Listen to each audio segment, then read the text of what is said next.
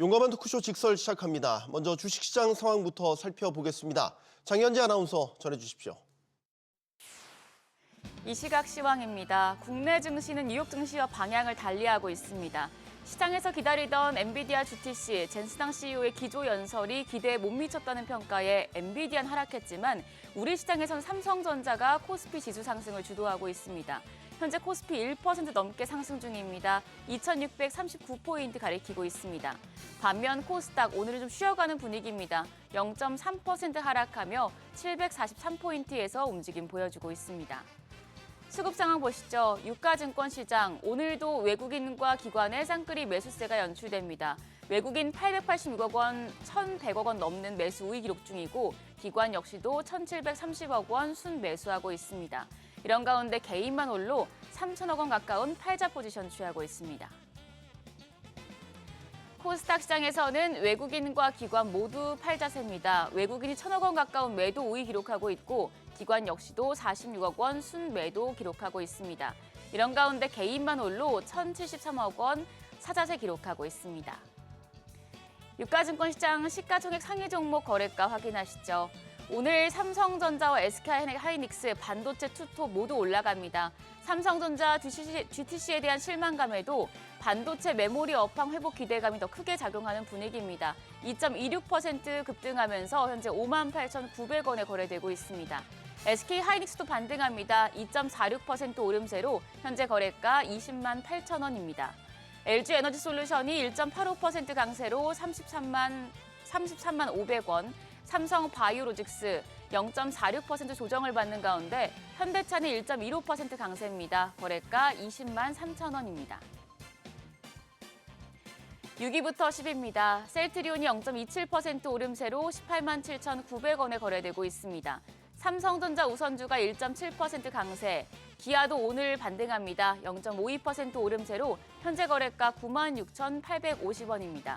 한화 에어로스페이스가 조정을 받고 있습니다. 2.2% 약세로 현재 거래가 74만 7천 원, 네이버는 0.48% 상승합니다. 거래가 21만 500원입니다. 코스닥 시총 상위 종목도 체크하시죠. 오늘 바이오 쪽에서 차익 실현 매물이 출회되는 분위기입니다. 알테오젠 3% 가까이 내려갑니다. 현재 거래가 43만 500원입니다. HLB가 3.52% 하락하며 7만 4천 원, 에코프로가 보합, 레인보우 로보틱스 5.4% 조정을 받고 있습니다. 현재 거래가 30만 6,500원이고요. 지금 5위권 내에선 유일하게 에코프로 BM만 0.54% 상승불 켜내고 있습니다. 6위부터 10위도 보겠습니다. 코롱 티슈진 어제 급등에 따른 피로감에 오늘은 0.18% 조정을 받고 있습니다. 거래가는 56,500원입니다. 삼천당제약이 0.8% 약세로 18만 7,100원, 휴젤이 0.3% 상승 중입니다. 거래가는 33만 4,500원입니다. 클래시스가 1% 가까이 하락하며 5만 9,800원, 리가켄바이오도 1%대 조정을 받고 있습니다. 현재 거래가 10만 5,400원으로 집계됩니다. 시장 특징적인 부분 체크하시죠. 오늘 오랜만에 석유화학 관련주가 일제히 강세 기록 중입니다. LG화학이 관련 섹터 상승을 주도하고 있는데요. IBK투자증권은 LG화학에 대해 올해 1분기 영업이익이 흑자 전환하며 당기순이익이 증가할 것으로 예상하면서 LG화학 강세 기록 중입니다. 지금 7% 가까이 올라가면서 거래가 24만 7,500원입니다. 롯데케미칼도 3% 가까운 강세 기록합니다. 거래가 7만 700원. 대한유화가 1.76% 오름세로 현재 거래가는 9만 8,400원으로 집계되고 있습니다. 다음은 2차 전지 소재와 부품 쪽입니다. 간밤 테슬라가 5% 이상 하락했음에도 국내 2차 전지 소재 부품 관련주들은 상승부를 켜고 있습니다. 증권가에서 2025년을 저점으로 배터리 업계 실적 정상화가 이뤄질 것이란 분석이 나오면서 관련주 기대감이 커지고 있는데요. 대진 첨단 소재 같은 경우에 중국 비아디가 5분 충전으로 400km를 달릴 수 있는 배터리 시스템을 출시하는 가운데 중국 합작 법인을 통해 비아디에 CNT 도전제를 공급하고 있어서 주목받고 있습니다. 현재 25% 가까운 시세 분출하면서 거래가 15,980원입니다. 더불어서 메가터치가 9.8% 강세로 4,475원, 포스코홀딩스도 2.46% 오름세 기록 중입니다. 거래가 31만 2,500원으로 집계됩니다. 외환 시장 상황 보겠습니다. 오늘 환율 1,450원대에 출발했습니다. 9시 34분 기준으로는 1,451원 40전, 현재는 1,450원 90전에 거래되고 있는 상황입니다. 지수 다시 보시죠. 코스피 여전히 1% 가까운 강세 보여주고 있고 코스닥이 조정을 받고 있습니다. 지금 외국인이 코스닥, 현물도 그렇지만 선물시장에서 강하게 매수하고 있는데요. 인덱스 차원의 대표 주자인 삼성전자가 지수의 상승을 주도하고 있는데 어제도 오전과 오후 시장 흐름이 굉장히 달랐기 때문에 장중에 나오는 소식 꼼꼼하게 체크하시면서 시장 대응하셔야겠습니다. 지금까지 시장 상황 전해드렸습니다. 계속해서 시장의 다양한 이슈들을 풀어보는 시장 따라잡기로 이어가겠습니다. 신동준 숭실대 금융경제학과 교수 나오셨습니다. 안녕하십니까? 네, 안녕하세요. 자, 일단 오늘 시장이 주목했었던 건 간밤에 있었던 GTC 2025, 네. 그 유명한 엔비디아의 젠슨 황 CEO의 기조연설이 있었습니다. 차기 칩에 대한 계획들 다 내놨어요. 네. 일단 어떻게 보셨습니까? 뭐 장기적인 그 자사 제품들의 로드맵을 쭉 공개하면서 뭐 굉장히 자신감 있는 모습들을 보여줬고요. 네. 뭐 시장에서 어느 정도 예상했던 부분이라고 생각합니다. 뭐 AI의 에이전트라든가 뭐 추론 모델이 등장하면서 이 필요한 계산량이 작년 이맘때 생각했던 것보다 뭐 100배가 이상 늘었다. 뭐 이런 얘기도 굉장히 인상 깊었고 이 그런 폭발적인 추론 컴퓨팅 수요에 맞춰서 네. 우리가 베라루빈이라는 차세대 GPU를 네. 뭐 기존의 블랙엘보다 한 2.5배 정도 성능이 개선된 그래서 뭐 내년 하반기에 출시한다 이렇게 또 얘기가 있었죠. 그래서 생각보다는 내년 하반기면 조금 시간이 남은 게 아닌가 싶기도 한데요. 어쨌든 그 부분은 시장에 어느 정도 얘기가 됐던 부분이니까 거기에다가 2027년에는 그 루빈 울트라 그리고 2028년도에는 차세대 아키텍처인 파인만을 출시하겠다는 이렇게 긴 로드맵을 발표를 했는데 예전 같으면 굉장히 인상 깊었던 이야기겠지만 지금 우리가 뭐 딥시크 이후에 다양한 논의들이 있는 거잖아요. 네. 그런 기술, 첨단 기술은 알겠는데 그래서 어떻게 더 범용으로 더 돈을 많이 벌 건지 그리고 실제 그 기술을 제일 많이 사가는 하이퍼 스케일러들이 있지 않습니까? 뭐 네. 마이크로소프트라든가 뭐 구글, 뭐 이런 아마존 이런 기업들이 그럼 더 잘했으면 좋겠는데 그 기업들이 최근에 매출 성장률이 좀 떨어지면서 좋은 칩을 또 좋은 GPU를 쓰는 기업들의 수익이 생각보다는 좀 저조한 거 아닌가? 그런데 뭐 중국은 굉장히 빨리 따라오고 있으니까 네. 그런 데 대한 기대가 조금 못 미쳤다고 느껴지는 게 아닌가 하는 생각이 드네요. 그래서 엔비디아 주가가 신통치 않았죠. 3%대 3% 낙폭을 정도를 기록을 했고 했습니다. 시간외에서도 그냥 조용합니다. 네. 지금 교수님께서 말씀해 주신 시장에 대한 전반적인 평가, 칩 좋아지는 건 알겠는데 그래서 그거 가지고 이제 뭐 할 거냐라는 거에 대한 의문들, 그리고 이제 차기 칩에 대해선 뭐 재원이나 뭐 용량 더 좋아지는 건 알겠는데 역시 그걸 가지고 뭘 할 수 있는지에 대한 의문들이 계속해서 남았던 이런 시장 평가가 반영된 게 아닐까 싶습니다. 그래도 오늘 우리 증시 상황도 짚어보죠.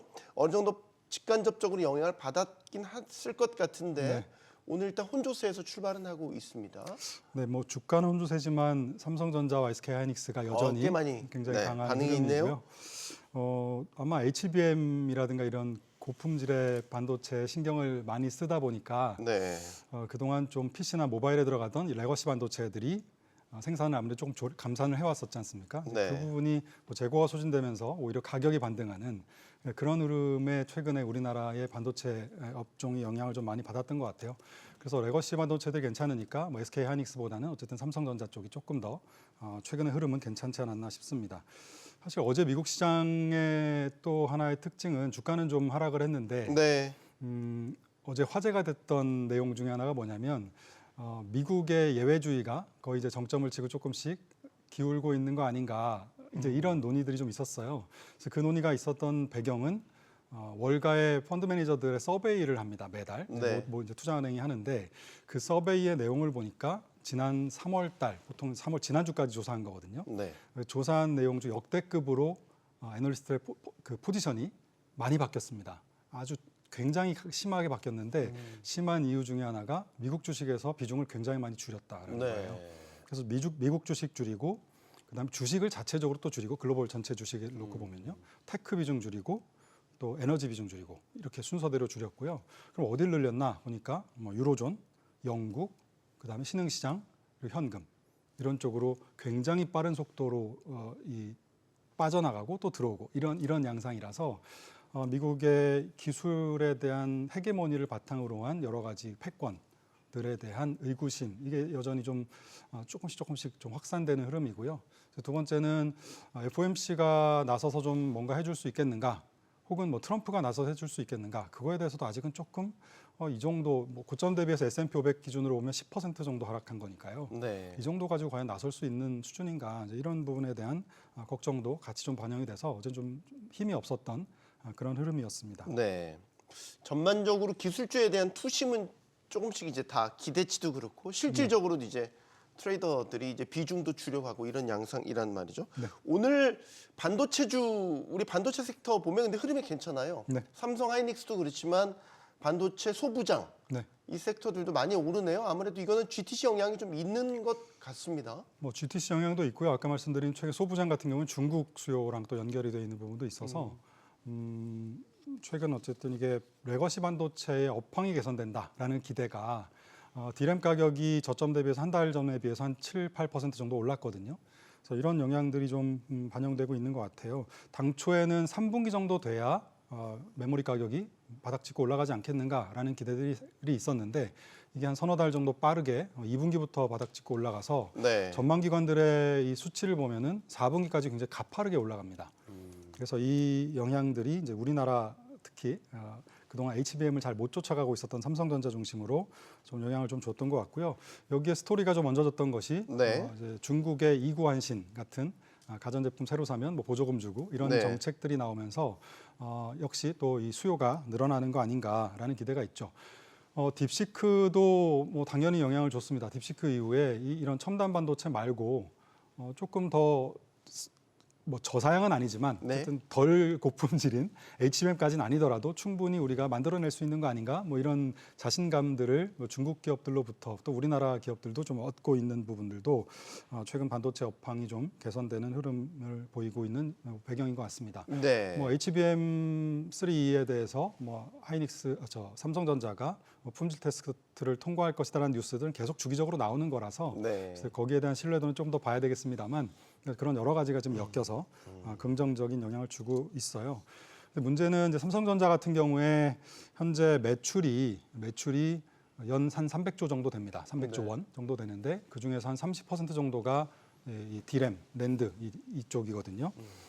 그동안 그쪽은 뭐 잘 해왔습니다만 이 중국의 추격이 굉장히 좀 걱정이 됐었던 부분인데 올해 파운드리 쪽에 적자가 6조 뭐 4천억 정도가 지금 추정이 되고 있는 상태고 작년에도 4조가 넘었었고요. 네.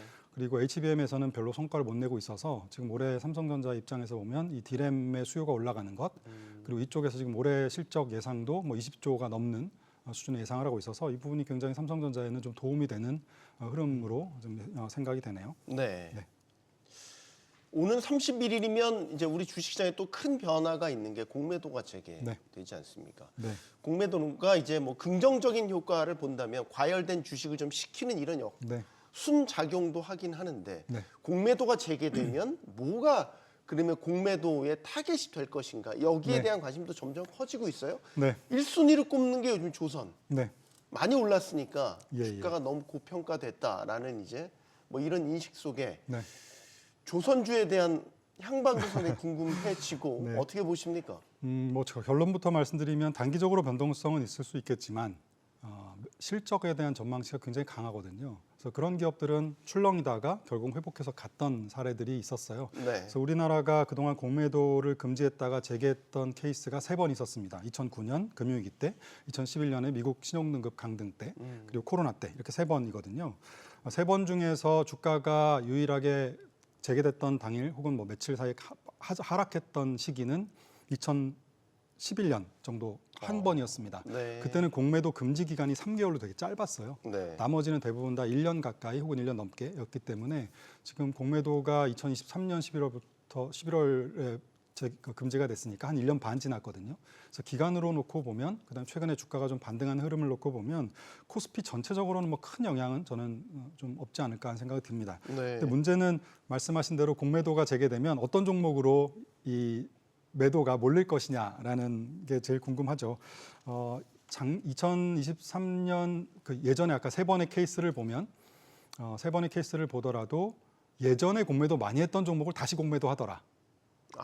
그런 게, 통계도 있습니까? 네네, 그럼요. 이제 저희 관성처럼 예전에 그렇죠. 많이 공매도가 들어갔던 것들이 또 그렇죠. 세 번 정도의 사례가 있었으니까 그것들을 이제 다 조사해 보면 공매도를 많이 공매도에 몰렸던 종목들을 다시 익숙한 애들을 공매도하더라라는 근데 케이스인데요. 예를 들어서 지금 2차 전지가 예전에 공매도의 주 타겟이었는데 2차 전지 관련주들은 다 주가가 많이 빠져 있는 맞습니다. 상태인데 네. 그래서 그 공매도 이번에 금지되기 전인 2023년 11월 같은 경우에 보면 철강, 화학, 배터리 말씀하신 네. 유통, 뭐 미디어, 화장품, 방산, 우주 이런 것들이었어요.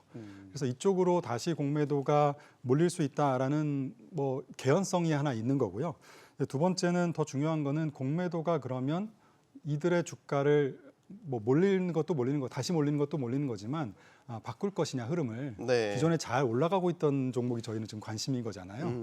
바꿀 것이냐라는 쪽인데 올해만 놓고 봐서 수익률이 고공행진을 하는 종목들의 공통점은 밸류에이션이 비싸다는 겁니다.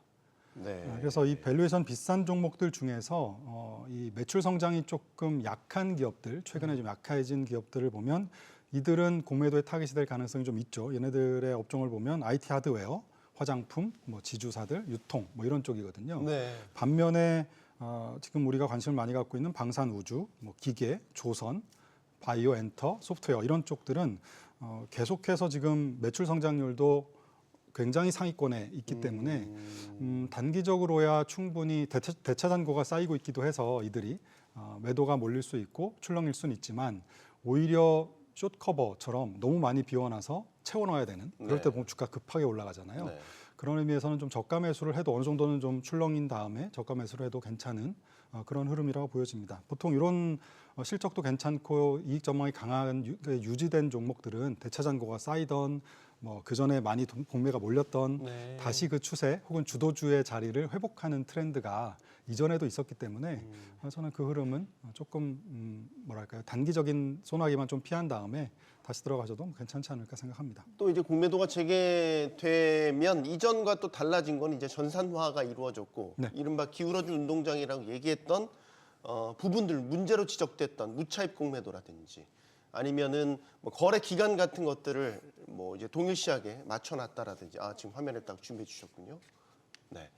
저는 이때도 제도 변화가 있기 때문에 이전에 공매도가 했었을 때와 이제 3월 31일부로 재개되는 공매도 이전과 이후의 환경이 또 달라질 수 있겠다라는 생각도 듭니다.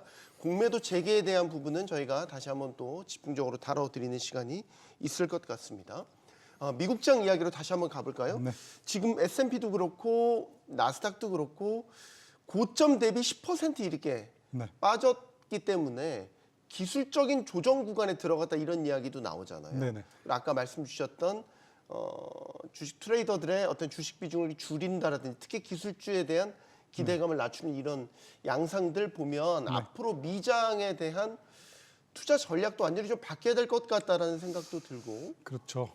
일단 주가가 10% 정도 조정받은 다음에 활발하게 통계적인 예전 또 데이터를 가지고 얘기했던 거 뭐냐면 경기 침체가 아닌 경우에 네. 경기 침체로 빠지지 않은 경우에는 주가가 보통 10%에서 뭐 보통 평균 한 14% 정도 하락했다가 네. 결국은 제자리를 찾아가더라라는 게 과거의 대체적인 사례였습니다. 네. 그래서 이제 그 최근에 저가 매수에 나서야 한다라고 주장하는 쪽들은 이제 그런 그 통계들을 믿는 거고요.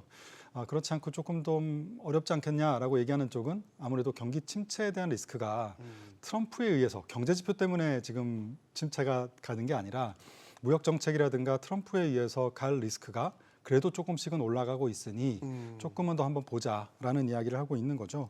근데 아까 제가 서두에 말씀드린 대로 이런 통계적인 것들이나 경기 사이클이나 이런 데 영향을 받지 않은 이런 큰 흐름도 물론 중요한데요.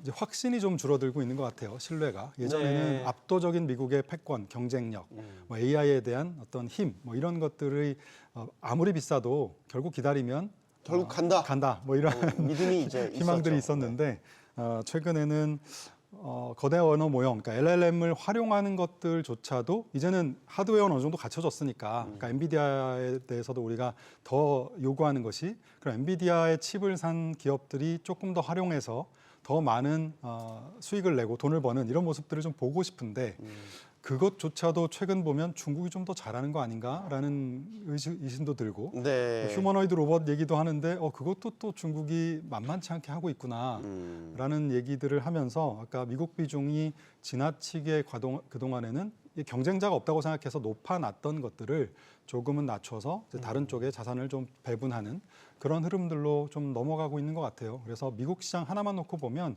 고점을 회복하는 데까지는 과거에 비해서보다는 조금은 시간은 걸릴 것 같습니다만 네. 미국 자체적으로 뭔가 문제가 있거나 그런 상황은 아니라서요.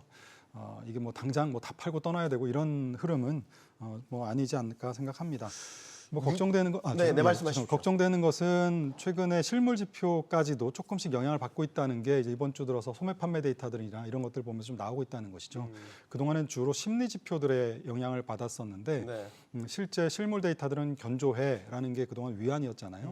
근데 소매 판매 데이터 보니까 반드시 써야 되는 필수적인 소비 말고 조절을 하면서 쓸 수 있는 뭐 자동차라든가 레저, 내구재 같은 뭐 이런 것들은 네. 조금씩은 줄이는 흐름들이 보이거든요. 그러니까 기대 인플레이션은 급등하고 또 이 노동 시장에 대한 두려움은 조금씩 생기고 이 연방 정부들의 해고되는 것들을 보면서 딱 경기가 안 좋아지는 시점에 나타나는 맞습니다. 징후들이네요. 그래서 지금은 아직은 침체를 예단할 만큼 강한 강도는 아니지만 네. 이게 조금 그런 조짐들이 보인다. 가게에 있어서도 그리고 기업들에 있어서도 그래서 이런 흐름이 한 서너 달 정도 지속됐을 경우에는 이거는 조금 경기 사이클에도 영향을 줄 수 있는 그 위험이 좀 있어 보입니다. 사실 인플레이션에 상당한 이제 부담을 줬던 게 이제 유가였는데 유가는 요즘 많이 떨어졌더라고요. 거의 68달러. 네. 작년 저점 수준까지 거의 내려왔고 이거는 네. 사실 러시아 우크라이나 전쟁이 지금 어쨌든 종전으로 가기 위한 협상이 진행되고 있기 때문에 네. 전반적인 유가는 좀 안정적인 흐름으로 간다. 이거는 사실 물가에는 상당히 좀 도움이 되는 맞습니다. 부담을 더는 입장이겠군요. 맞습니다. 전 세계에서 가장 낮은 에너지를 공급해주겠다라는 게 이제 트럼프 대통령의 공약이기도 했으니까요. 네. 구매력을 높여준다는 측면에서 그리고 인플레이션 압력을 낮춰서 연준이 금리 인하를 할 수 있는 좀 뭐랄까요? 여건을 좀 만들어준다는 측면 이런 측면에서는 유가는 뭐 긍정적인 면이고요. 그런데 뭐 러시아랑 우크라이나의 협상이 글쎄요 이게 한 번에 끝날 수 있는 건 아닌 것 같고요. 러시아의 요구 사항들을 보면 미국이 군사 지원을 중단하거나 뭐 우크라이나가 나토를 포기하거나 뭐 이런 조금은 우크라이나 입장에서 보면 어려운 요구들을 하고 있기 때문에 네.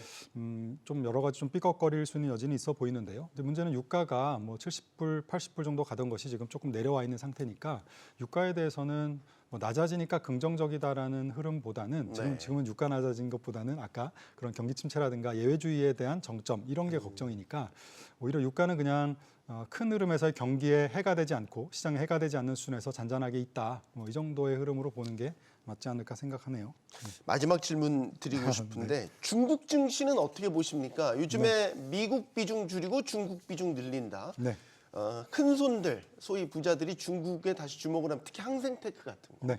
뭐 일단 중국의 테크 기업들이 좀 주목을 받으면서 항생테크 같은 것들이 이제 많이 올랐어요. 네. 항생테크로 가는 흐름은 저는 뭐 굉장히 합리적인 흐름이다라고 생각하고요. 항생테크 지수 안에 AI 관련된 이 밸류체인이 거의 4분의 3 정도를 차지합니다. 많죠. 그래서 제가 최근에 중국의 흐름을 보면서 미국과 중국의 흐름을 보면서 예전에 2019년에 한일 소재 전쟁, 반도체 소재 전쟁했던 생각이 나요. 소부장 독립하겠다. 맞습니다. 그래서 일본이 그때 반도체 핵심 소재 3가지를 우리나라로 수출을 규제하면서 한국이 그동안 이거 외국에 의존하던 것들을 돈이 좀 들고 비싸고 품질이 좀 떨어지더라도 내재화해야 되겠다라고 해서 국산화를 했지 않습니까? 네. 그래서 지금은 뭐 큰 어려움 없이 또 수요처를 좀 다변화한 것도 있고요. 그래서 결국은 일본에서부터 좀 독립하는 이런 계기가 됐는데 결국 미국도 똑같이 첨단 어떤 칩이라든가 기술에 대해서 중국으로부터 딱 이렇게 수출을 규제하고 하는 흐름이 결국 딥시크레를 만들어낸 거 아니겠어요? 그래서 뭐 그런 흐름들을 보면서 이게 중국이 자신감을 지금 얻어가고 있는 것 같아요. 네. 이제 미국의 도움 없이 최근 3월 달부터 보면 화웨이 같은 경우에 마이크로소프트의 윈도우의 OS를 이제 계약이 끝났습니다. 안 네. 쓰고 이제 그것도 수출을 안 하겠다고 하니까 안 쓰고 자체적인 OS 개발해서 간다고 하거든요. 그래서 그런 정도의 흐름, 아까 휴머노이드 로봇, 네. 택시 이런 것들 보면 이게 기술 산업에 대한 여러 가지 규제 풀고 또 이제는 마윈을 다시 등장시키면서 민간 부분에 뭔가 강조를 해주는 부분, 역할을 좀 재평가하는 부분 이런 것들까지도 중국에 대해서 좀 다시 보게 만드는 흐름들이 있었고 작년까지 저도 역시 그랬습니다. 중국에 대해서 좀 네거티브하게 봤던 이유는 기업들의 장기 투자를 하는 과정에서 정치적인 불확실성이 마윈이 갑자기 사라졌잖아요. 정치적인 불확실성이 기업들에 너무 많이 큰 영향을 주니까 네. 이게 과연 맞는가? 우리가 예측 가능하지 않다면 이거 포트폴리오에 장기적으로 담아가기 좀 부담스럽다라는 게 가장 큰 이유였는데 최근에 미국이 조금 더 그런 흐름인 것 같거든요. 그러네요. 네네. 네, 오히려 트럼프의 말 네, 한마디 한마디에 그렇죠. 시장이 크게 요동을 치니까 네, 중국은 오히려 조금 요즘에는 민간을 좀 우대해주는 느낌이 있단 말이죠. 또 하나 그런 포인트도 있더라고요. 중국이 이제 인민들의 자산을 키워주기 위해서 예전에 부동산에 많이 네. 몰려 있었다면 이제 주식시장의 맞습니다. 부양을 통해서 네. 중국 인민들의 자산을 키워주려고 하는 그런 정책적인 지원 이런 네네. 것도 되게 긍정적으로 평가가 되더라고요. 맞습니다. 그래서 지금은 양회에서 강조한 것도 AI 인프라 투자니까 지금은 빅테크 중심, 아까 항생테크 주가들이 많이 올라가고 있는데요. 네. 뭐 민영 기업들의 투자를 늘려주거나 아까 소비에 대한 여러 가지 부양책을 쓰거나 하면서 고용 시장이 조금 안정되고 있는 흐름이에요. 그래서 이런 부분들은 하반기에 소비와 관련된 주식들 네. 뭐 이런 쪽으로 조금 더 확산될 여지가 있지 않을까 생각합니다. 아직은 네. 뭐 초반이기 때문에 저는 역시 이것도 뭐 미국을 빼서 중국으로 갑시다라는 얘기보다는 그동안 우리 중국을 완전히 버리고 있었던 시간이 좀 있었거든요. 조금 더 장기적인 호흡에서 예전에 전통적인 중국 주식 말고 조금은 기술과 관련된 산업들 중심으로 재편된 항생테크라든가 과창판 뭐 이런 주식들을 연금 자산에서 조금씩 나눠서 담아가는 전략을 이제 좀 써봐도 되지 않을까. 여전히 주가 많이 낮습니다. 장기적으로 보면. 네. 그렇게 생각이 드네요. 빅테크들의 또 부상은 우리 기업들에게 또 자극제가 되기도 하겠죠. 시장 따라잡기 여기서 마치겠습니다. 신동준 숭실대 교수와 함께했습니다. 고맙습니다. 네, 고맙습니다.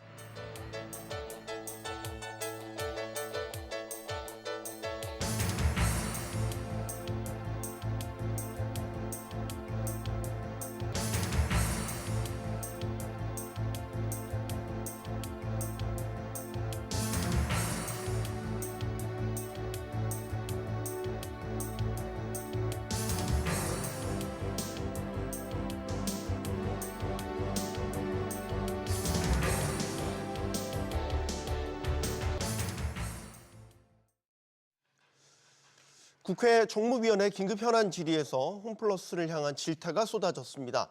하지만 사태 중심이라고 할 수 있는 홈플러스의 최대 주주 MBK 파트너스 김병주 회장은 불참을 선택했죠. 한편 이번 홈플러스 사태로 사모펀드의 제 역할에 대한 논란도 불거졌습니다.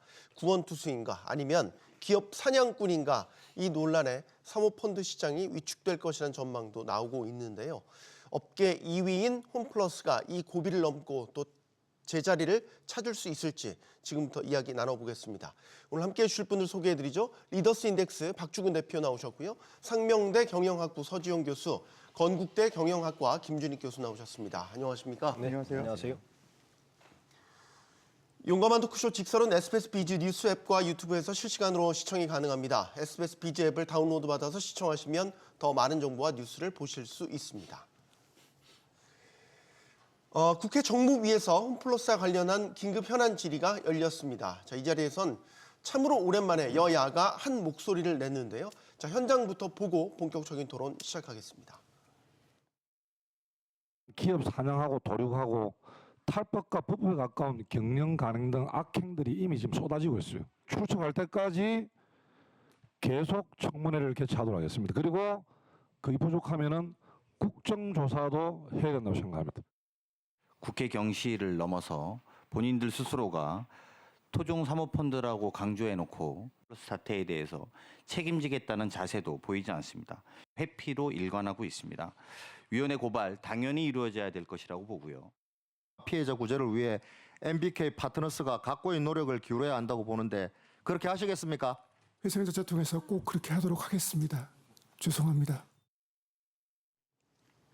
네. 지금 마지막에 보신 그 죄송합니다 했던 분이 이제 MBK 파트너스의 부회장이자 홈플러스의 공동 대표를 맡고 있는 김광일 부회장입니다. 국회에 출석을 했고 가장 이제 논쟁거리가 됐던 기업 회생 신청이 과연 온당한 선택이었냐 이 부분에 대한 질의가 좀 이어졌습니다. 불가피한 선택이었다는 게 MBK 측의 설명인데 여전히 좀 의문점이 남는 지점은 있습니다. 박 대표님 어떻게 보셨습니까? 뭐 불가피하다고 말씀을 하셨는데 보통 우리가 기업들이 기업 회생 신청을 하려면 대형 로펌을 끼워서 보통 짧아도 한 달 반, 두 달은 준비합니다. 네. 그러니까 두세 달은 준비하거든요.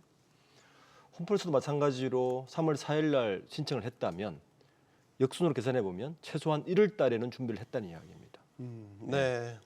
그러면 이게 불가피하다고 얘기하려 그러면 1월 달 이전부터 뭔가 내부적인 보완책을 이야기했어야 될 것이고 CP도 팔면 안 됐을 거예요. 왜냐하면 이미 내부적으로 준비했다는 거 아닙니까? 네. 그러니까 그렇게 본다면 저렇게 불가피하다는 말은 결론적으로는 사모펀드에 있기 때문에 자기들은 블라인드 펀드에 투자한 돈을 이미 다 뺐으니까 우리는 손해 안 보고 모든 채권은 법원에서 알아서 하세요라는 변명밖에 되지 않는다. 네. 그렇게 봐야 될 것 같습니다. 지금 화면에 나오고 있지만 김광일 부회장의 설명을 다시 한번 말씀드리면 만약 기업회생 신청을 안 했다면 석 달간 6천억에서 7천억 원 정도의 자금 상환을 해야 되는데 결국 이건 부도를 피할 수 없었다. 김 교수님. 그래서 불가피하게 뭐 채권자들이나 협력사들을 보호하기 위해서 불가피하게 회생 신청할 수밖에 없었다. 네. 라는 설명이에요. 저 설명이 납득이 가시는지. 이게 이제 뭐 받아들이는 사람마다 좀 다를 수는 있겠지만 네. 거의 대부분이 저 설명을 그대로 믿으시는 분은 좀 없지 않을까 싶어요. 왜 그러냐면은 지금 현재 홈플러스가 했었던 어떻게 보면 행태를 보면은 사전 경고 없는 좀 기습 회생 신청을 한 거거든요. 네. 그리고 아까 그 대표님도 말씀하셨지만 굉장히 빠르게 그리고 정보의 좀 충분한 공유 없이 기습적으로 진행을 했고 홈플러스 같은 경우에는 사실 자금 경색이라든지 아니면 뭐 신용 등급 하락 위험이 계속 누적은 되어 있었거든요. 그런 네. 징조도 계속 나왔었고 그런 데서 이미 갑작스럽게 이렇게 회생 신청을 한 거를 보면은 어떻게 보면은 불가피한 회생 신청보다는 준비된 회생 신청이 아니었나 좀 그렇게 좀 생각이 듭니다. 네. 아직까지의 설명은 어쨌든 예상치 못한 신용 등급 강등 이로 인한 불가피한 기업 회생 신청 이 논리가 계속해서 유지가 되고 있단 말이죠. 그렇죠. 이제 그 김광일 부회장 언급 얘기 보면 이제 그 홈플러스가 이제 단기 유동성 문제로 인해서 회생 신청을 하지 않으면 안 되는 그런 상황이었다. 불가피론을 얘기를 하는데 네. 사실 좀 이해 안 되는 부분이 그 MBK 파트너스가 2015년에 7조 2천억 주고서 그 홈플러스 인수할 때부터 사실은 거의 레버리지 바이아웃 형태로 인수를 한 거거든요. 그러니까 5조 정도를 대출받고 나머지 2조 2천억 정도 투자한 건데 실제로 저 5조 같은 경우를 이제 또 환수하기 위해서 그 동안에 이제 영업자산들 점포 이런 것들 다 매각하고 네. 다시 재임대받는 소위 말해서 세일즈 앤 리스백 하면서 실제적으로 이제 그 임대료가 많이 생긴 거예요. 그러다 보니까 실제로 그 임대료에 대한 부담이 재무 건전성을 많이 악화시켜 왔거든요. 그래서 실제적으로 그 지금 영업 비용 같은 경우도 2020년 이후에 크게 늘면서 결과적으로는 지금 한 1,500억 영업 적자가 계속 되고 있고 이게 2020년 흑잔 900억 흑잔한 이후에 계속 5년 동안 적자 상태고요. 지금 단기 차익금 같은 경우도 1조 원 정도 되거든요. 그럼 그 자금을 사실은 융통하는데 그동안 꽤 어려웠다는 얘기예요. 네. 그럼에도 불구하고 갑작스럽게 전격적으로 기업 회생 절차를 신청한 배경에 저는 오히려 그동안에 지금 그 리스 부채 한 4조 원 정도가 있는데 네. 그 리스 부채를 소위 말해서 이제 금융 부채로 전환을 시켰을 경우에는 이제 지급 유예 조치를 법원으로 또 받을 수 있지 않을까 하는 의심도 좀 드는 거죠.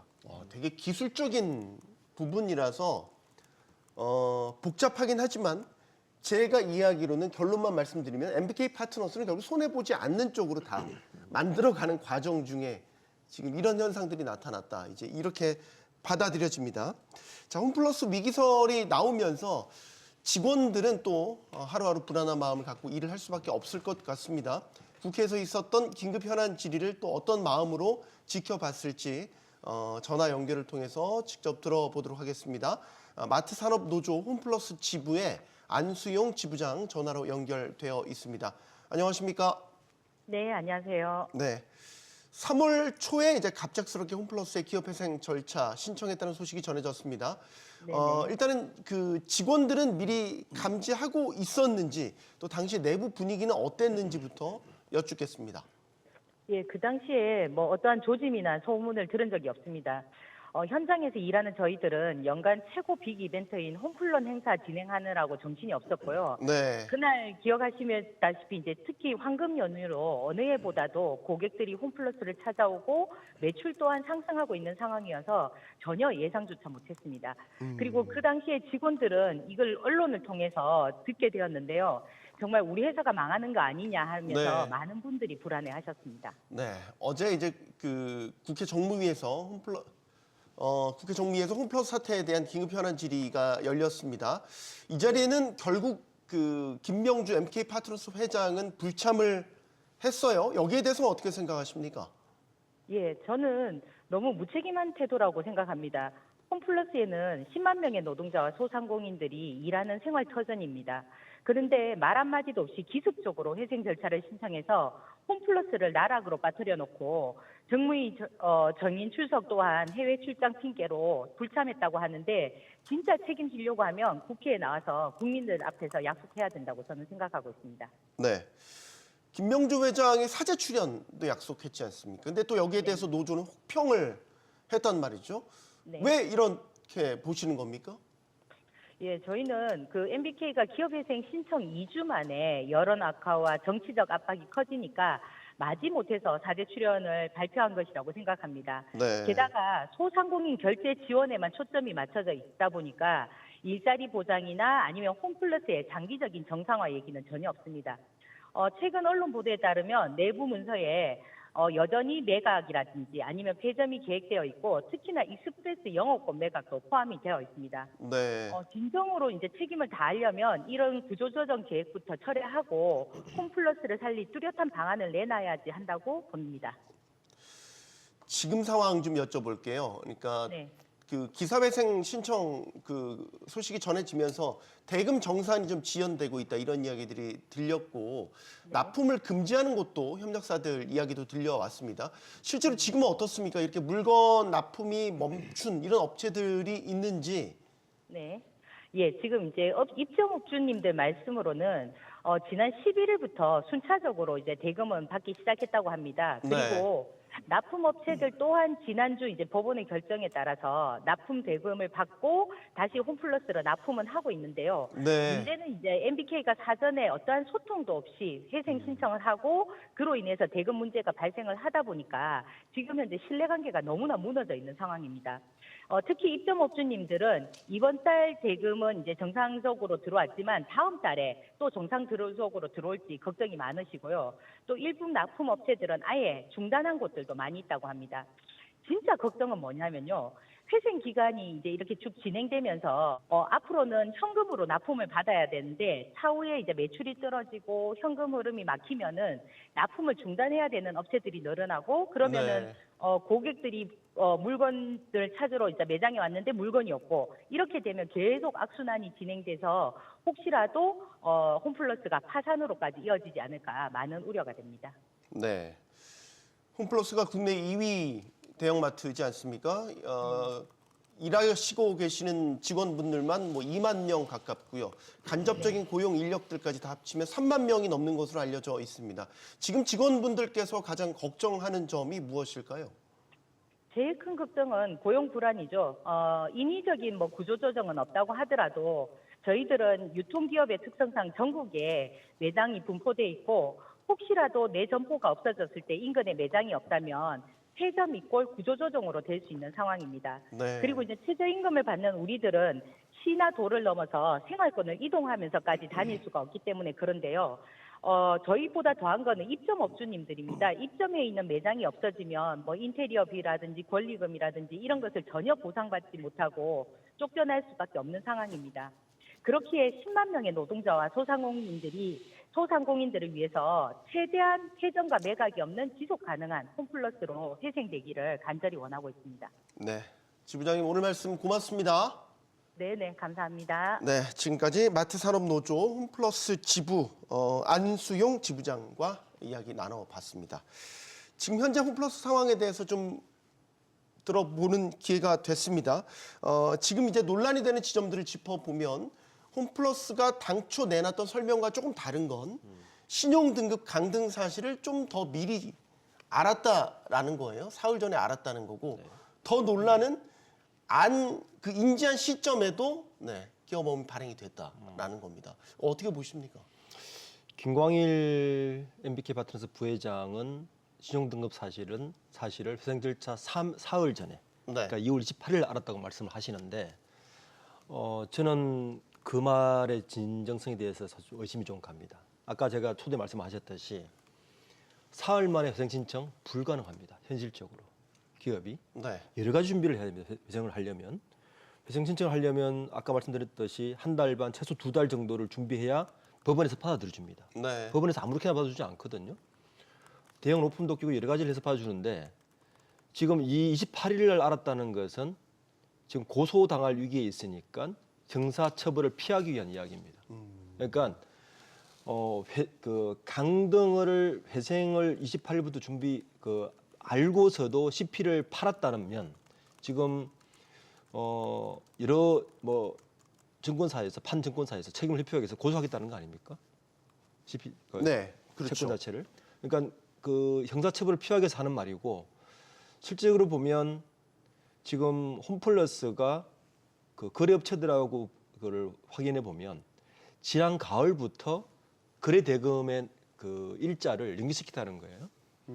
원래 한 20일, 25일 정도 됐는데 지난 10월, 9월부터 45일, 60일로 다 연기시켰다는 거예요.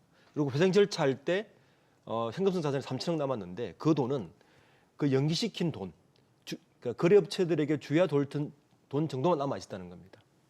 그러니까 지난 가을부터 자금 경색이 일어났다는 걸 분명히 알고 있었을 것이고 저는 이 신용 강등도 모를 수가 없고요. 이걸 알면서 채권을 팔았다 밖에 볼 수 없을 것 같습니다. 일단 정리를 좀 해볼게요.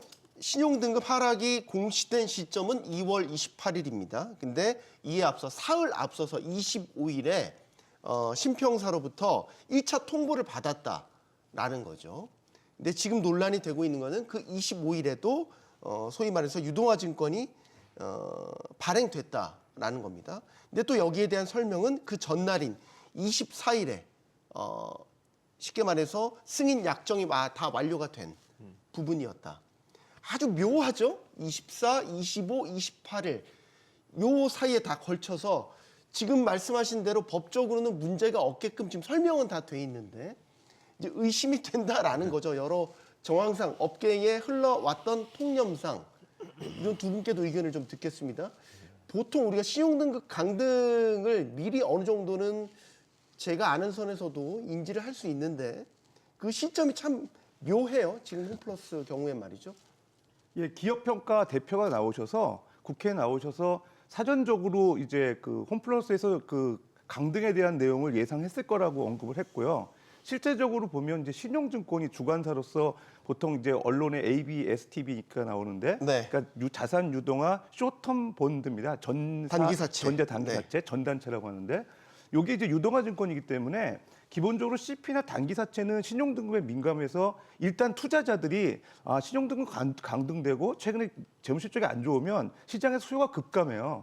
근데 문제는 SB, STB 같은 경우는 이게 유동화 증권이기 때문에 신용 보강도 하기 때문에 보통 상대적으로 이제 언더라잉 에셋이 좀 안 좋다 하더라도 상대적으로 이제 매각이 될 수 있거든요. 네. 근데 그게 이제 STB를 갖다가 이제 유동화 증권을 팔았다는 거예요, 신용증권이. 그럼 이게 개인 투자자가 피해를 봤을 가능성이 있는데 그러면 이제 당연히 시장에서도 이게 신용등급 강등될 건데 개인 투자자가 이제 증권을 사게 됐을 경우에 상당히 불안정 판매가 생기기 때문에 아마 이거는 팔면 안 되겠다. 아마 그 주관사하고 협의를 했을 거예요. 네. 그럼에도 불구하고 이거를 한 3, 4일 사이에 팔았다는 거는 상당히 이게 좀 안 좋은 어떤 그 선례를 남기는, 그러니까 사실 어떻게 보면 신용 질서를 어긋나게 하는 그런 문제가 있던 거고, 결과적으로는 ABSTB 팔았는데 결과적으로 이제 자금 조달했고 이미 이제 판 사람도 손해 보는 거는 나중에 기업 회생 절차 받으면 나중에 거기서 조정이 되지 않을까, 이런 좀 막연한 생각을 했던 것 같은데, 제 생각은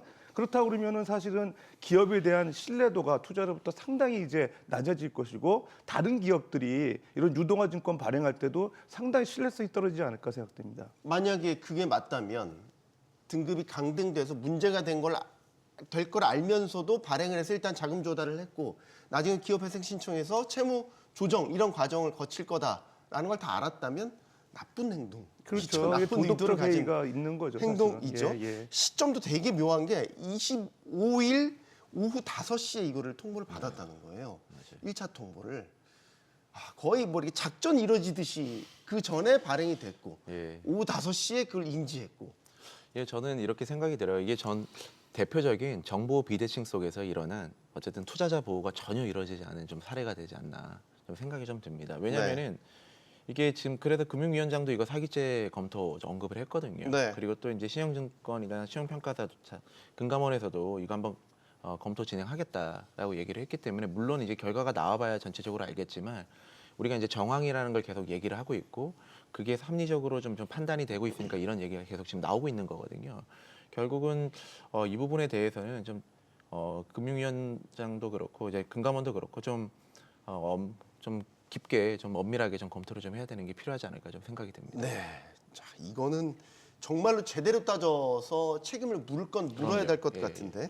자, 어제 긴급 현안 질의가 열렸고 MBK 파트너스의 김병주 회장에 대한 출석 요청이 있었지만 역시나 불출석했습니다. 네. 늘 얘기하는 해외 출장 이유 때문에 말이죠. 네. 이것도 지금 지탄의 대상이 되고 있어요. 그 전주에 사제 출연을 언론에 흘렸죠. 전격적으로 전격적으로 흘렸어요. 발표했죠. 사실은 사모펀드를 운영하는 회장이 자기가 M&A한 기업의 사제 출연, 사실은 이건 넌센스거든요. 사실 말이 안 되는 거죠. 왜냐하면 정확하게 말을 하면 사모펀드는 기업을 사고 팔고 그 홈플러스의 주인은 누구냐면 그냥 블라인드 펀드인 거예요. 그래서 MBK의 김병주 회장은 전혀 사실 관련이 없다고 볼 수 있는 거죠. 그런데도 사제 출연을 전격 발표했다는 것은 이론이 심상치 않으니까 국회에서 부르니까 뭐 이런 우려를 이제 진정성을 운운할 수밖에 없는데 그 진정성에 더 스크래치를 준 건 사실은 국회에 출석하지 않았다는 겁니다. 네. 그러니까 그 전전날 사제 출연을 말한 것 자체가 다 불식해 버렸다. 그러니까 정말 진정성이 있었으면 출석을 해서 제대로 된 이야기를 했겠죠.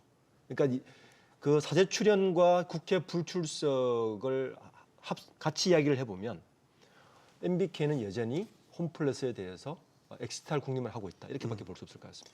결국 사제 출연에 대한 뭐라 되길래 이런 표현 선의 순수한 의도는 이 국회 불출석으로 인해서 다 훼손됐다 이렇게 보십니까?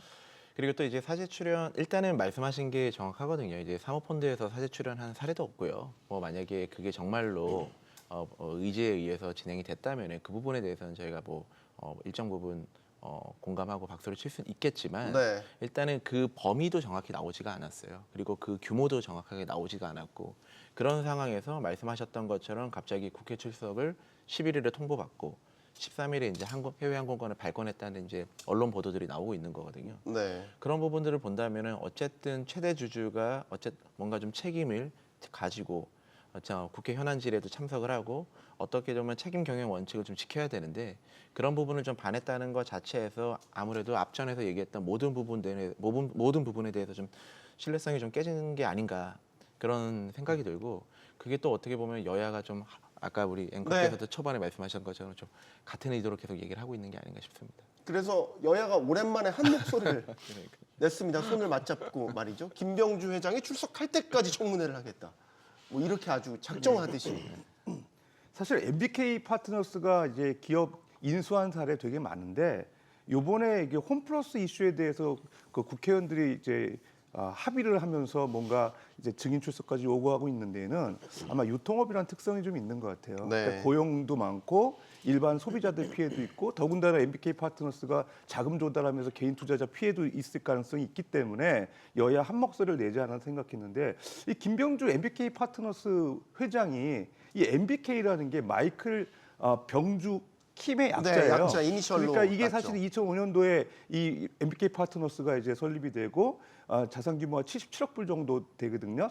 근데 실질적으로 이 MBK 파트너스를 운영하면서부터도 사실 사모펀드이기 때문에 뭐 여태까지 한 번도 이렇게 이제 논란의 중심에 쓴 적이 없었어요. 그럼에도 불구하고 요번에 김병주 회장이 의도적으로 좀 피하고 있는 모습이 있어요. 예를 들어서 뭐 3월 11일 날 증인 출석했는데 13일 날 갑자기 뭐 상하이 홍콩 간다고 발권하고 이런 거 회피하는 느낌이 있고 그럼 왜 이분이 사제 출연까지 했을까? 생각해 보면 본인이 잘못한 게 있다고 생각하는 거예요. 그러다 보니까 이게 사실은 이 스스로가 뭔가 이제 MBK 파트너스 운영에 도덕적 해이라든지 문제가 있구나라는 걸 스스로 자인하는 결과가 되지 않나 생각이 돼서 네. 아마 이런 여파들이 상당 기간 오래될 것 같고 특히 이번 계기를 통해서 사모펀드 운영에 대한 여러 가지 문제점들이 좀 낱낱이 드러나지 않을까 생각됩니다. 네.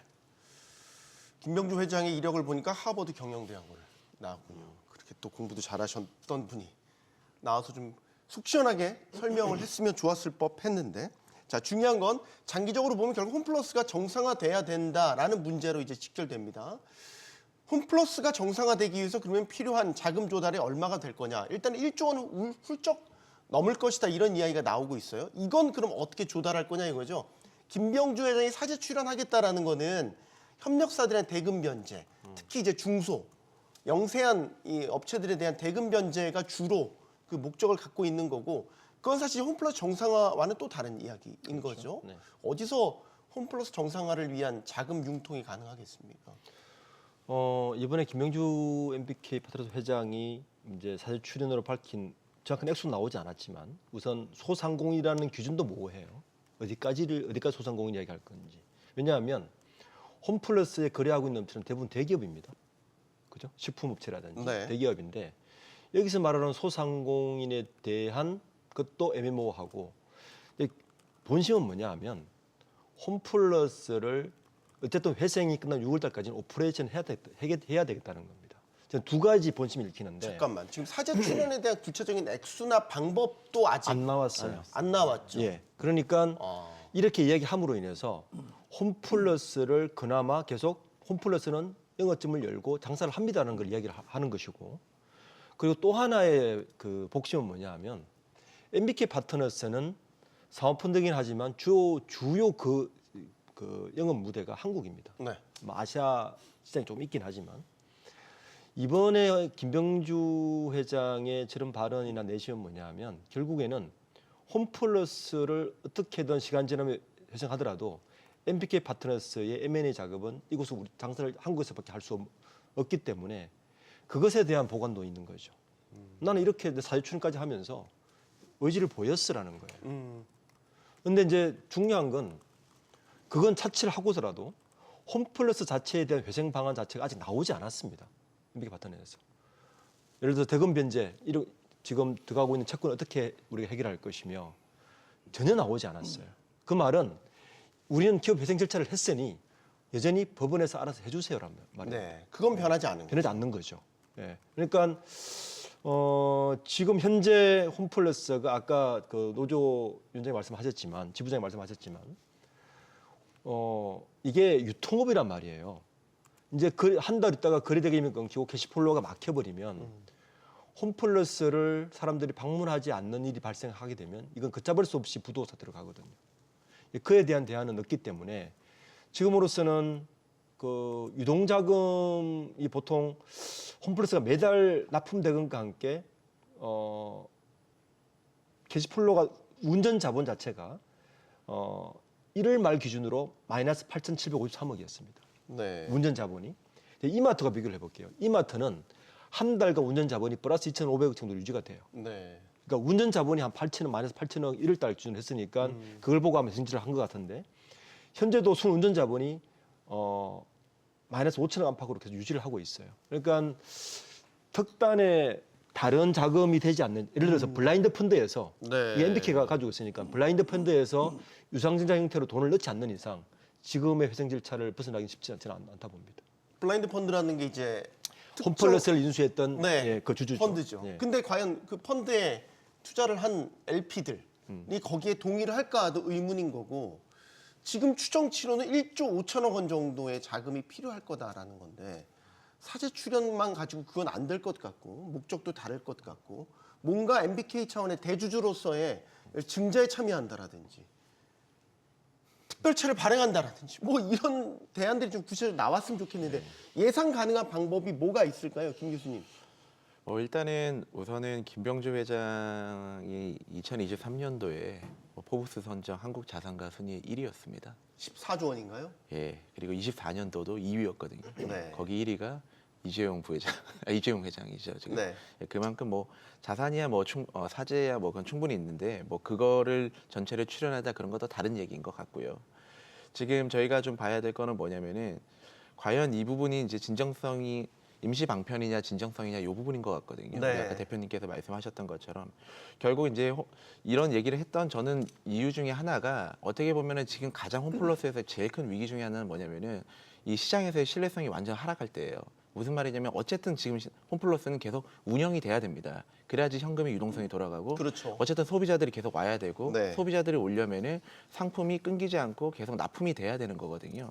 그러니까 이런 신뢰도를 주기 위해서 제 생각은 아무래도 이제 사재 출연까지도 불사하겠다라고 아무래도 이제 그런 책임 경영을 내비친 것 같은데 아무래도 이 부분은 이제 근본적인 해결책은 아니라고 판단이 들고 결국은 어떤 뭐 전략적인 부분은 아직 뭐 내부적인 이런 전체적인 뭐 제가 자원이나 이런 걸 정확히 모르다 보니까 구체적인 전략 방안에 대해서는 정확히 답을 할 수는 없겠지만 이 부분은 사실은 좀 홈플러스랑 MBK 측에서 빠르게 시장에 그리고 이제 거기에 지금 개여 있는 많은 이제 그런 이해관계자들한테 빨리 안심시키기 위한 구체적인 전략을 네. 내놓아야지만 이 전체적인 이 홈플러스 사태가 좀 귀결되지 않을까 생각이 좀 듭니다. 지금 납품 결제 대금 상거래 채권이 되겠죠, 이건.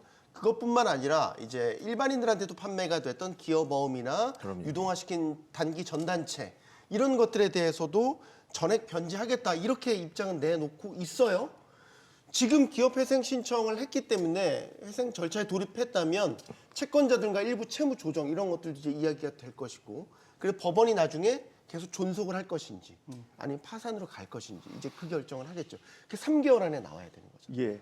이 과정들이 다 지금 3개월 안에 이루어져야 되는 거죠. 이제 기업 회생 절차 들어가게 되면 이제 법원이 지정한 이제 3자 대리인이 이제 그 경영을 이제 책임지고 회생 절차 하는 건데 실제적으로 지금 이 여러 가지 채권자들이 많죠. 그러니까 이제 여기 홈플러스에 납품하는 업체들, 매출 채권 가지고 있는 업체들, 그다음에 두 번째 이제 그 ABSTB 전자 단기산적 유동화증권 투자한 2천억 정도의 개인 투자자들 네. 이런 사람들이 문제인데 실제적으로 이제 김광일 부회장이 뭐라고 얘기했냐면 우리한테 자산 규모 한 4조 7천억 정도의 자산이 갖고 있다. 그렇기 때문에 시간만 주면 이건 매각해가지고 충분히 처리할 수 있다. 이렇게 얘기했거든요.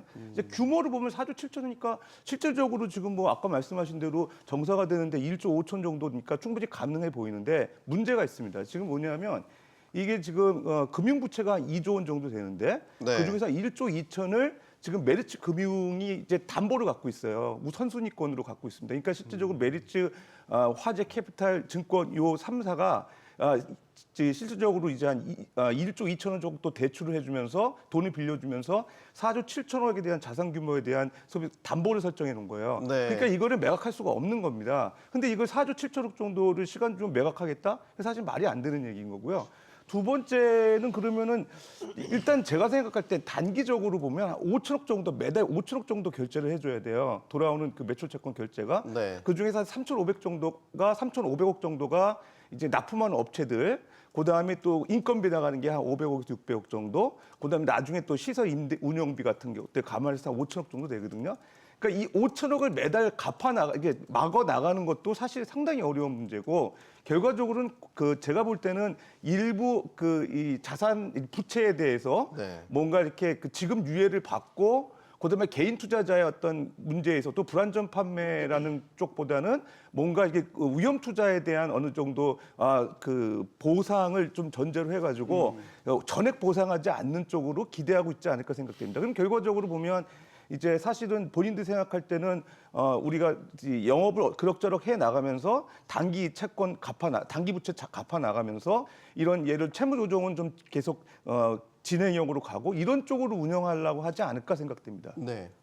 여기에 이제 일부 정부 책임도 있다라고 이제 이야기가 되는 게 지난해부터 바뀐 자산 유동화에 관한 법률을 보면 그 유동화 증권에 대한 위험 보유 의무가 면제됐는데 이게 기업 구매 전용 카드 매출 채권을 기초 자산으로 하는 유동화 증권 여기에 대해서 위험 보유 의무가 면제됐더라고요. 그러니까 얼마든지 이걸 가지고 매출 채권을 가지고 유동화시켜서 단기 자금 같은 걸 조달할 수 있게끔 해줬다라는 거죠. 네. 그게 이제 쌓이고 쌓이다 보니까 나중에 이렇게 부실화가 됐고 홈플러스 사태가 힘들어지게 된 원인이 됐다 이런 지적 어떻게 보십니까?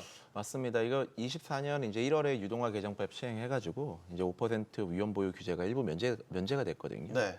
그러니까 그 결과 이게 문제가 뭐냐면은 이 비우량 기업들 이런 기업들이 유동화 시장에서 단기 자금을 쉽게 만들 수 있는 그런 구조가 생겨버린 거예요. 이 홈플러스 역시도 이런 제도를 좀 활용해가지고 아까 교수님 말씀하셨던 것처럼 ABS-TB 한 800억 넘게 좀 발행을 하고 이런 부분에서 이제 리스크가 결국은 투자자에게 좀 전달될 수 있다는 점에서 보면은 사실 좀 제도적인 허점이 좀 보였다라고 보여져요. 그래서 이런 부분들 좀 막으려면은 앞으로 우리가 좀 심사 기준이라든지 보호 장치라든지 이런 게 확실하게 동반되지 않으면은 이거는 지속적으로 유사 사례가 반복될 가능성이 있는 좀 그런 부분이 좀 많이 보여지는 것 같습니다. 네.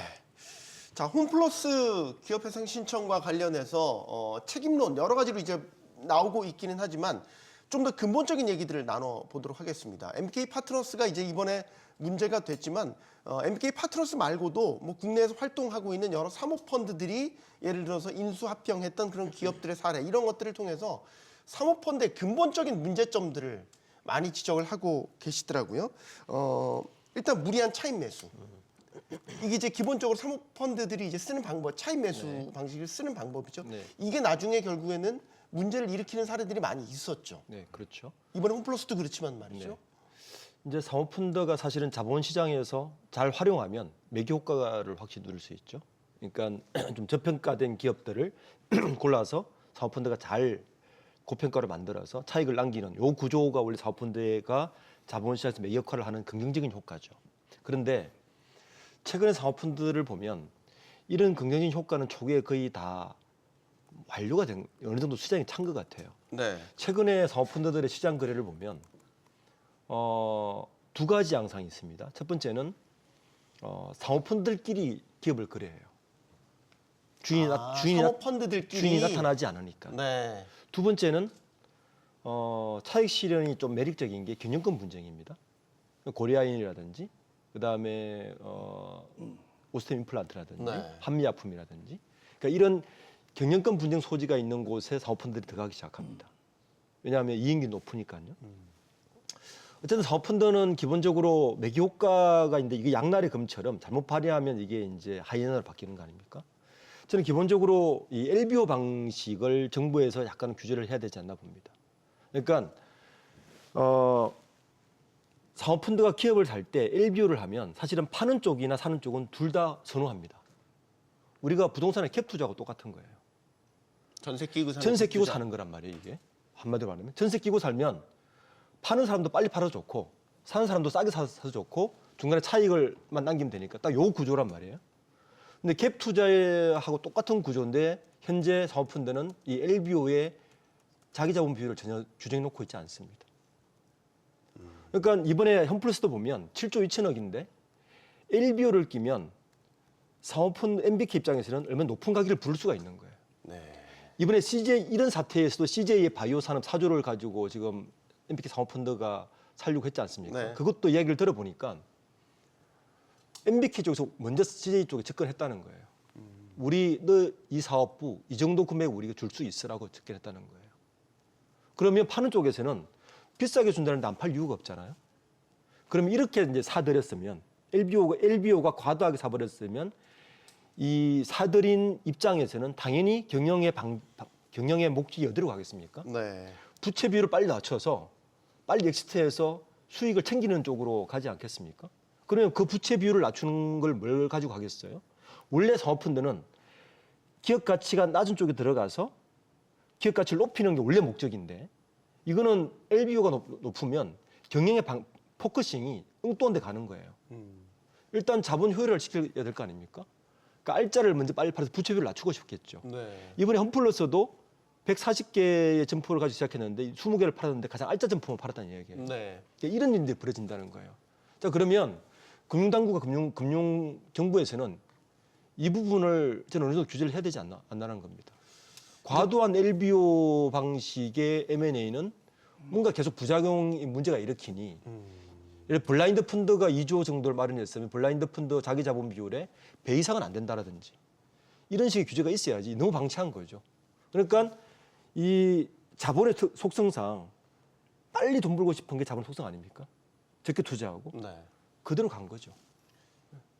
지금 이 얘기는 그런 것 같네요. 그러니까 우리 그 건설업과 관련돼서 시행사들에 대한 자기 자본 비율을 높일 것을 지금 요구를 하고 있잖아요. 그렇죠. 다 대출로 하니까요. 주택 사업 진행하지 말고 자기 자본 비율을 어느 정도 갖춰서 해라. 네. 그 말씀과도 일맥상통한 맞습니다. 것 같아요. 네. 그럼 이게 자칫 그런 지적도 있더라고요. 해외 쪽 사모펀드와 경쟁에서 그럼 뒤처지게 된다.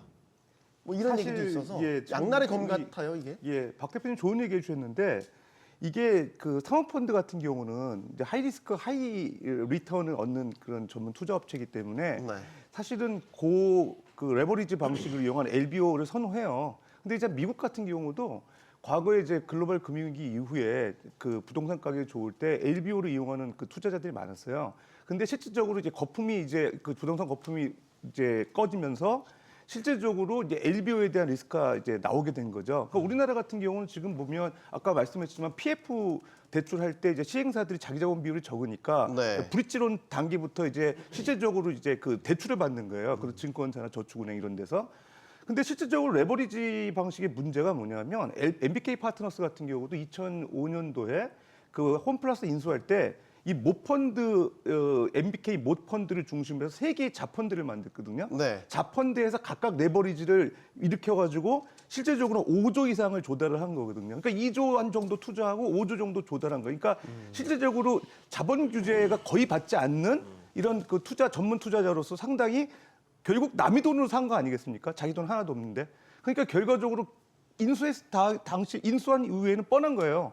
영업자산, 알짜 자산들 다 매각해가지고 그걸 가지고 이제 소위 말해서 자기 그 엑시트 할 거 기본적으로 돈 챙기고 나중에 영업 잘 되면 그거 갖고 이자 내다가 결과적으로 이제 고가로 이제 팔고 왜냐면 영업 비용 절감하고 구조조정하게 되면 PBR이 높아지니까 그걸 이제 상가액보다 높게 팔겠다는 전략이거든요. 네. 전혀 금융당국의 규제가 없는 영역입니다.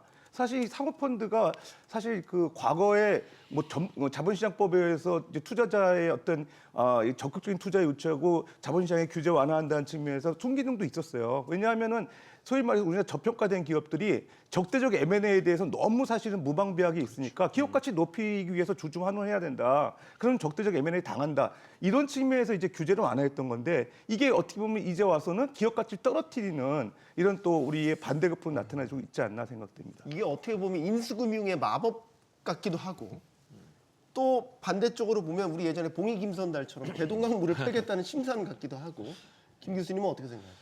그러니까 이 LBO의 뭐 순기능이랑 뭐 아까 말씀하셨던 것처럼 양날의 검이 다 있는 것 같아요. 물론 사모펀드의 양날의 검도 다 있듯이요. 근데 이제 LBO의 리스크는 현금 흐름이 뒷받침되지 않으면 지속 가능성이 정말 빠르게 떨어지는 거거든요. 네.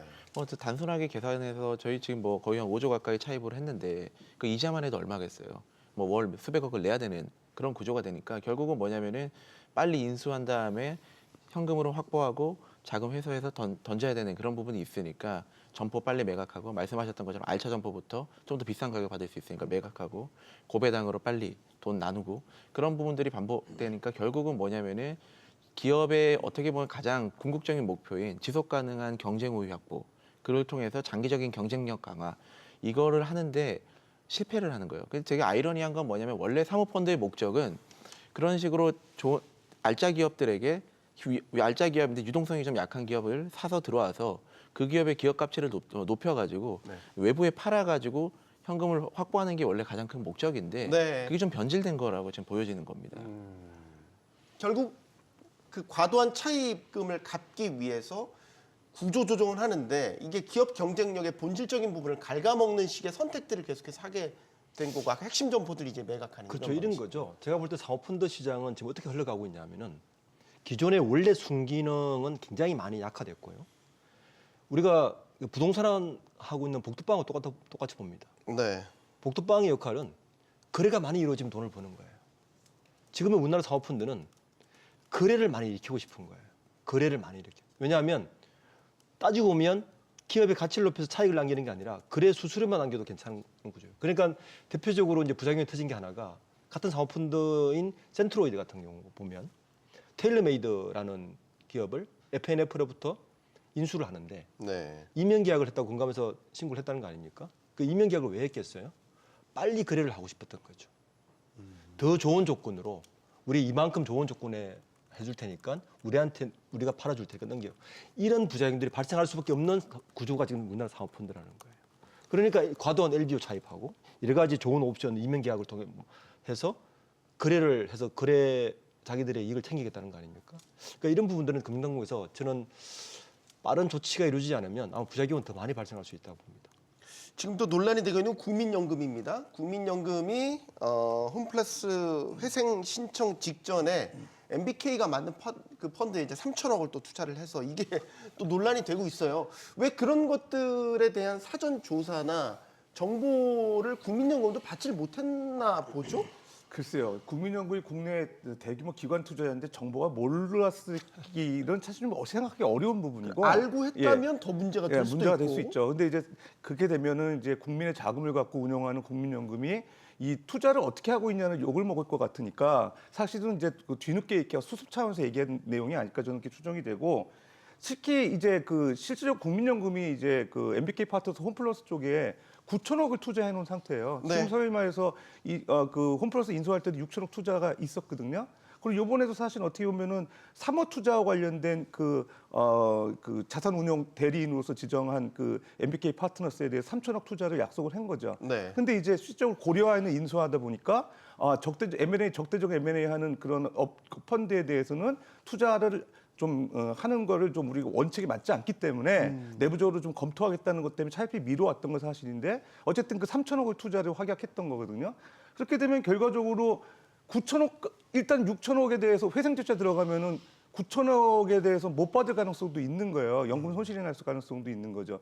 그렇게 되면은 사실은 국민연금도 이렇게 그 사모펀드에 대해서 직접 투자하는 거에 대한 원칙을 좀 명확하게 해야 되지 않을까. 다시 한번 좀 중요한 이슈가 되는 것 같습니다. 네.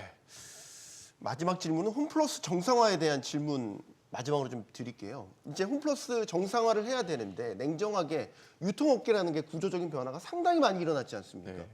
마치 짠 듯이 2015년 MBK가 홈플러스를 인수하고 나서 소위 말해서 온라인 유통 거기다 이커머스 말도 안 나오네. 이커머스. 이제 이런 것들이 이제 아예 유통업계 지형도를 바꿔놨단 말이죠. 네. 그러나 여전히 홈플러스는 오프라인 유통망을 근간으로 하고 있습니다. 네. 정상화를 한다라는 거는 여러 가지 의미에서 앞으로 지속 가능해야 되잖아요. 네.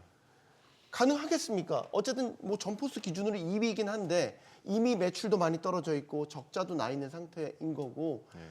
쿠팡 같은 공룡들은 등장을 했고 자칫 이게 밑빠진 독에 물붓기가 되지 않을까라는 냉정한 진단도 필요할 것 같아서 이거는 김 교수님께 먼저 의견을 좀 듣겠습니다.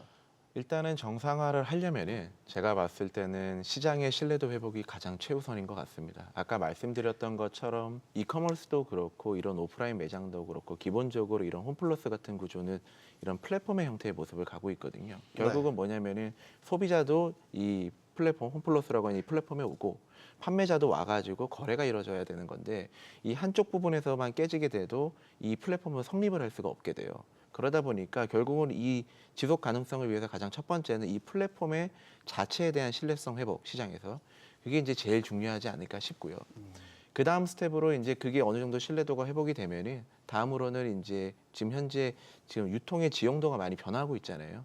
그러니까 디지털 트랜스포메이션이라든지 아니면 또 이런 이커머스 쪽으로 좀 더 확장이라든지 아니면 뭐 이렇게 연계를 한다든지 그런 부분에 대해서 어떻게 보면은 빨리 경영진에서 3개년, 5개년의 그런 플랜을 잡아가지고 우리 많은 이해관계인들 특히 홈플러스에 특히 지금 아까 그 우리 지금 현재 전화 통화에서도 있었던 것처럼 그 내부의 또 직원분들이 네. 믿고 따라갈 수 있는 그런 플랜, 강력한 플랜들을 좀 잘 세워야 되지 않을까 그렇게 생각이 좀 듭니다. 아이러니하게도 이 쿠팡과 홈플러스의 행보가 아주 명확하게 대비가 된단 말이죠. 쿠팡은 쉽게 말해서 매년 수천억 원의 적자를 보면서도 지속적으로 이커머스 유통망이라든지 아니면 알고리즘 투자라든지 아니면 뭐 퀵배송, 빠른 배송 이런 것들에 대한 서비스를 굉장히 고도화시키는 적자를 안고서도. 그래서 작년에 연매출 40조 돌파했더라고요. 정확하게 홈플러스와 대비되는 행보 아닙니까? MBK 파트너스가 처음에 홈플러스를 인수할 때만 해도 그런 공약을 내세웠죠. 원래 1조 투자한다고 1조 투자한다. 했었죠. 예. 약속을 지키지 않았고요. 그러니까 지난 10년간을 되돌아보면 대형마트 3사 중에서 유일하게 혁신이 없었던 곳이 홈플러스였습니다. 투자를 사실 방기한 것이고 김영진이. 저는 기본적으로 사모펀드에서 경영을 하는 것 자체가 이거는 넌센스라고 봅니다. 그러니까 사모펀드는 사모펀드 역할만 해야 되지. 실제 경영을 한다는 것 자체가 넌센스였고 특히 홈플러스는 그 시기를 다 놓쳤고요. 그러면 오프라인 매장이라고 해서 다 실패하느냐? 그것도 아니란 말이에요. 물론 미국과 구조가 다르지만 미국은 월마트 성장하고 있고요. 네.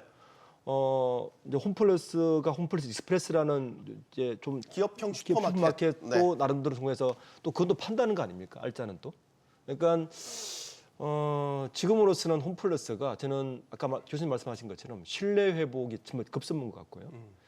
오프라인 매장 중에서 지금 이마트, 롯데마트, 홈플러스 다 합치면 매장 수가 약 한 350개, 400개 정도 되는데 우리나라 전체 구조 조정이 필요한 시기라서 네. 그렇게 해서 좀 슈링크해서라도 운영을 해야 되는 것이 아닌가.